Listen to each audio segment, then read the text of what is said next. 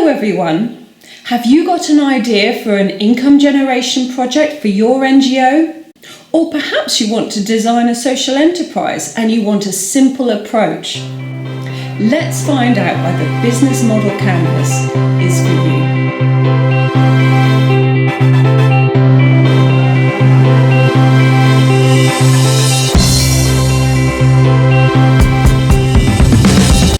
Hello everyone. I'm Louise from the Social Strategy Cafe and it's lovely to have you here. This channel provides tools and tips for strategically developing your non-profit. So it doesn't matter whether you're starting a social enterprise, whether you work for an NGO or you're running a charity. So you may have heard of a Business Model Canvas, but what exactly is it and why should you use it when designing your enterprise? Grab yourself a cuppa and let's take a look. So what is a business model canvas? Well, let's start with what a business model is.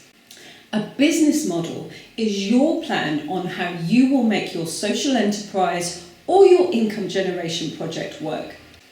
The business model helps give you the nuts and bolts, as it were, on how your income generation project, how your idea will make money, will compete, how it will use its resources, how the relationships will be structured, how it will communicate with its customers, how it will create value, and how it will generate profit or a surplus. The Business Model Canvas is a fantastic tool because it enables you to describe all the elements of your enterprise idea on one page. So you can show it to everybody and you can discuss it and you can tweak it at a very early stage. Personally, I just love income generation projects because they create so many wins for non-profits. They don't just raise sustainable income, and don't we all need that for our organisations, but there are so many other elements that we can draw into them too that support our beneficiaries and our communities, so it definitely is a win-win. However, we definitely need to design these projects right, and this is where the Business Model Canvas comes in. Using a business model canvas is the perfect way to start to create your business model, as it sketches out the plan on just one page. It's relatively simple to create and it's also easy to change. The model is really useful in getting all the ideas on paper about what you're proposing so that all the stakeholders can consider it and new ideas and innovation can evolve. You can then test out the models theoretically before you go to the next stage of writing a business plan or executing a feasibility study. But in case you're still not quite convinced that it's useful, just know that Netflix pivoted from their DVD rental business to a digital streaming platform through the use of the Business Model Canvas. And Uber was conceptualised and fine-tuned using the Business Model Canvas, so it really does work to create a successful enterprise. The Business Model Canvas was initially developed in 2010 by Osterwalder and Pigner to provide a pictorial structure to support understanding of business models. Then Moyer shortly afterwards slightly redesigned the canvas for web-based startups. Let's now take a look at how it's structured. The Business Model Canvas has 9 interconnected building blocks. The blocks on the right are all driven by offering value to customers, and the blocks on the left are driven by business efficiencies. At the heart of the canvas is the value proposition for your enterprise. This is the product or service through which you propose to offer value to your customers. This means that your product or service solves a problem for your customers, or multiple problems for different customers. It may make their lives better, or it creates value in some new way, which is different to what is being offered to them by your competition. The second block, customer segments, are the people or businesses that you are aiming to target with your value proposition. Just remember, if you decide to target more than one customer segment, each may require a slightly different business model.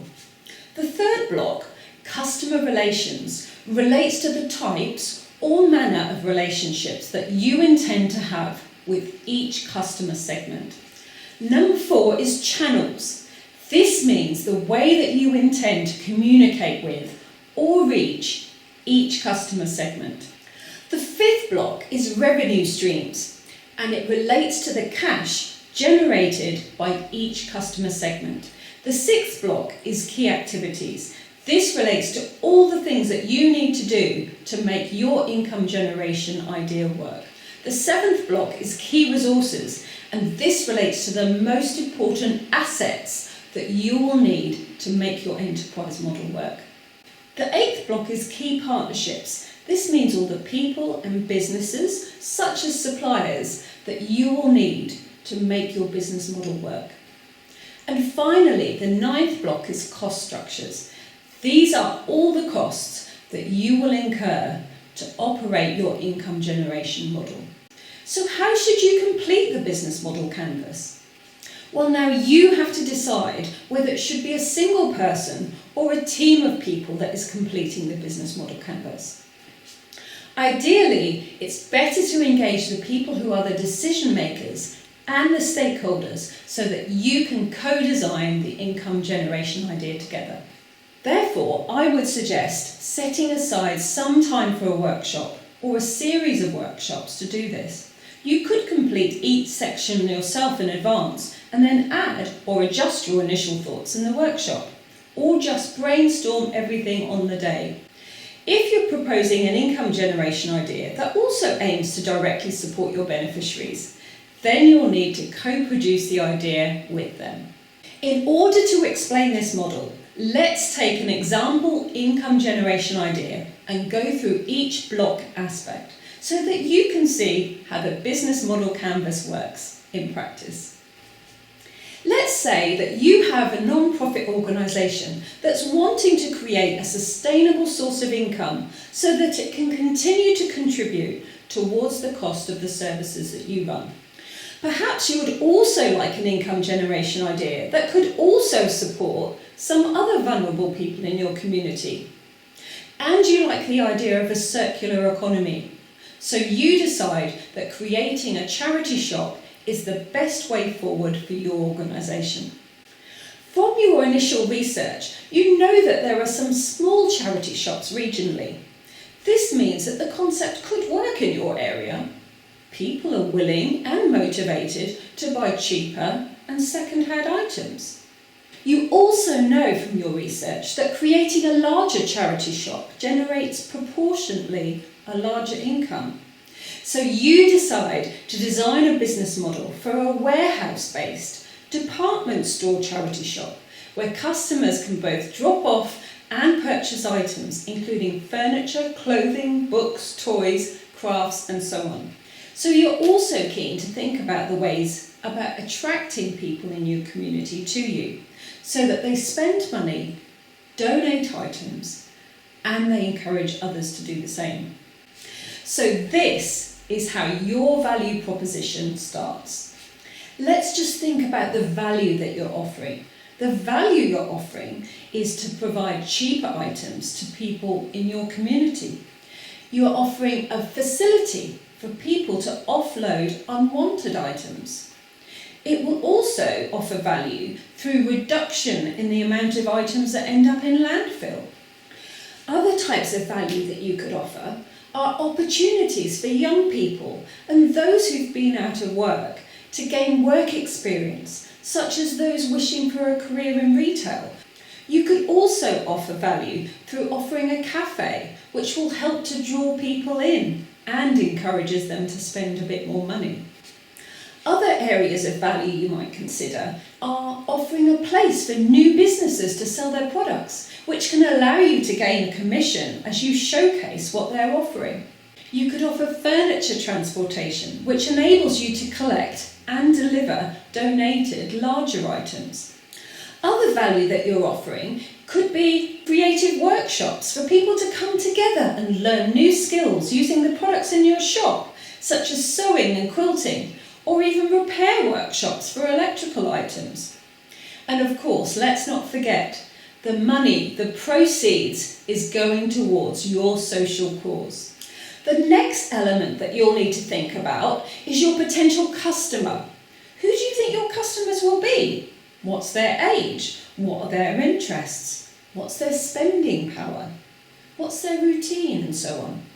You're likely to have people who are on a low income and those who like a bargain. Also, you're likely to attract perhaps more affluent people who want to get rid of items without the hassle of selling them themselves. And they also like the idea of the money going to a good cause. You will also have customers such as your work experience young and older people, and perhaps their schools or colleges who you partner up with, so that you would have a supply of people to help run or work in your cafe as well as your charity shop. Who will be your customers if you offer a cafe? Will it be retired people, or will it be remote workers who are looking for good Wi-Fi connection? You may also have some funders or sponsors for your charity shop, perhaps those who have donated seed funding. So you will need to think about the needs of those customers too. So next is customer relations. This is the element about the relationships that you intend to have with each customer. Naturally, your customers all have different needs, so you will need to think about them all individually. For example, perhaps it would be worth considering a loyalty scheme for your low-income and bargain hunter customers. Whenever they purchase 9 items, they get the next for free. Perhaps your more affluent donors would be able to get a free cup of coffee every time they make a donation. And you would be able to keep in touch with them to let them know the impact of their donations. The schools and colleges, your suppliers, your business partners, they will demand a professional relationship so that you can meet each other's needs. This professional relationship will be, of course, very different to the relationship that you will have with your cafe customers. Perhaps you'd like to think about ways of showcasing the impact of your work around the cafe and around the charity shop so that they will be encouraged to return. Now, channels. How do you intend to reach and communicate with each customer segment? As we mentioned, each of your customers has very different needs, so the communication channels will need to be different too. Some of these channels may be through email, others may be through social media. Your professional partners will be through networking, as well as face-to-face and online meetings. Now let's look at revenue streams. These are likely to be a combination of seed funding, sponsorship, sales revenue, commission, workshop fees, and delivery charges. Your 6th block is all the activities that you need to do to make your business model work. This could include conducting a feasibility study, obtaining sponsorship or seed funding, recruiting managers and a team of volunteers, obtaining partners and suppliers, developing logistics and processes, storage and transportation, acquiring premises, obtaining insurance, developing health and safety policies and procedures, developing staff and volunteer training programs, getting staff and volunteers trained in food hygiene, retail and shop technology systems, and so on. Your 7th block is about the key assets that you will need to make your income generation idea work. This will be your premises, your transportation, perhaps your storage units, kitchen facilities, your staff and volunteers, and your stock, and so on. Your 8th block is your key partnerships. As we've mentioned, in this example business model, you will require partnerships with your suppliers, perhaps the schools and colleges who will offer young volunteers, the businesses with whom you will be showcasing their new products, your donors, your funders, and your sponsors. You may have an IT provider and/or the supply of your retail technology system. If you're working to offer your volunteers any accreditation, you may also partner with a training organisation. Your final block is your cost structures. Here, you'll need to list all the costs that you will incur to operate your income generation model. This will include staff recruitment and training, salary costs, premises, rental or purchase, transportation, lease or purchase, insurance, stock, marketing, storage, kitchen equipment, and so on. So now we've completed the business model canvas for our example income generation idea. I hope you can see how completing this plan on a page is useful. Completing this with your stakeholders and beneficiaries will also help to ensure that you don't forget anything, and it can help you to be realistic about what you can achieve, at least in the short term. Probably the best approach is to dream big, but start small. Test out your idea and let it grow organically at a manageable pace so that you can get one part just about right before you develop the next part. Don't forget, you should always keep trying to improve and perfect your model and approach, so make sure you include a feedback loop process within your model. So, a quick conclusion. A business model canvas helps you design your enterprise using 9 building blocks. These building blocks start with your value proposition. This means how your business is going to add value to your customers' lives or solve one or more of their problems. So the business model canvas then considers each element of your income generation idea, such as your customers, who they are, what relationship you'll have with them, and how you'll reach them. The business model canvas will also look at your main activities, your costs, your key partnerships, where you're intending to gain income, and what your resources will be. Using a business model canvas is a great way to start thinking about how your social enterprise idea will be structured. And it also helps to get input on your ideas from your stakeholders before you invest too much time and money. Anyway, please let me know in the comments what your experiences have been in developing a business model canvas and of course an income generation idea.